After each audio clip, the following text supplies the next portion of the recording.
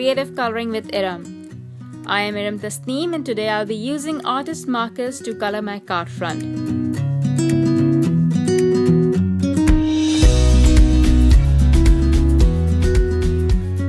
The stamp that I will use today is called the Beautiful Blossoms stamp set. This is a huge stamp and it covers your card front. I have already stamped my panel. This is a 4x5.5 panel of Crest Solar White cardstock and I have used permanent black ink by Alterneo for stamping.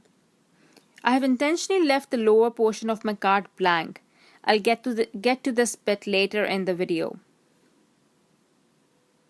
I have planned to color my background with artist markers and I have chosen the Glacier Cave set of artist markers.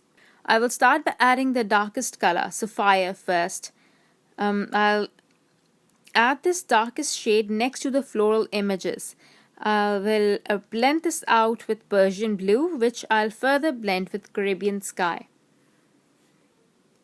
I did use Arctic artist marker to fill in the very first space at the top, but I didn't like it. It was a little too light. So I didn't use that lightest shade, that is Arctic, for the rest of the card front. I just used the three colors for the background, that is Sapphire, Persian blue and Caribbean sky. After I'll color my entire background, I'll go back in with Caribbean sky and Sapphire. I'll blend the already colored background a bit more with the tip-to-tip method by picking up color from Sapphire with Caribbean sky artist marker.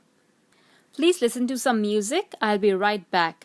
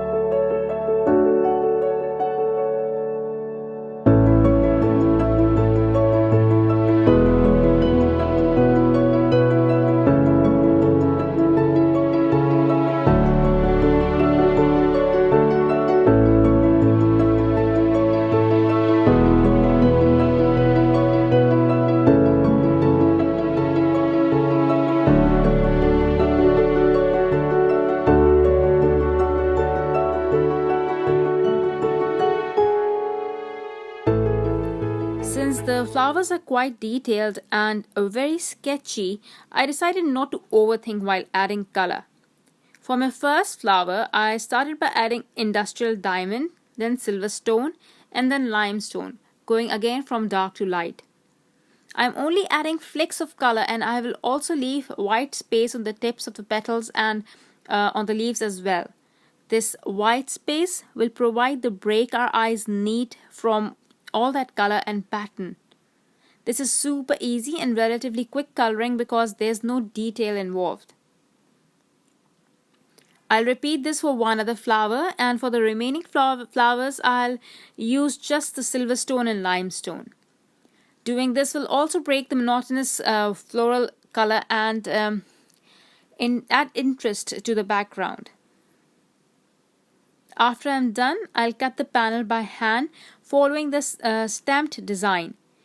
You can see I leave a bit of a blue outline, but later I cut it further and till the stamped outline, and I think it looked better. Now this panel will go on a 4x5.5 card base, but I wanted to add a bit of texture to the white space at the bottom. For this, I added scored lines on 4x5.5 inches a panel and adhered it to the card front. After this, I placed the colored panel onto the card base to see where my sentiment would go. Then I stamped the sentiment, and I should have done this before adding the scored lines because there's some missed stamping which I corrected with a black pen. In the end, I mounted the panel onto the card front with foam tape, and my card is ready. I like how this one turned out. I hope you liked it as well. Thank you for watching. Bye.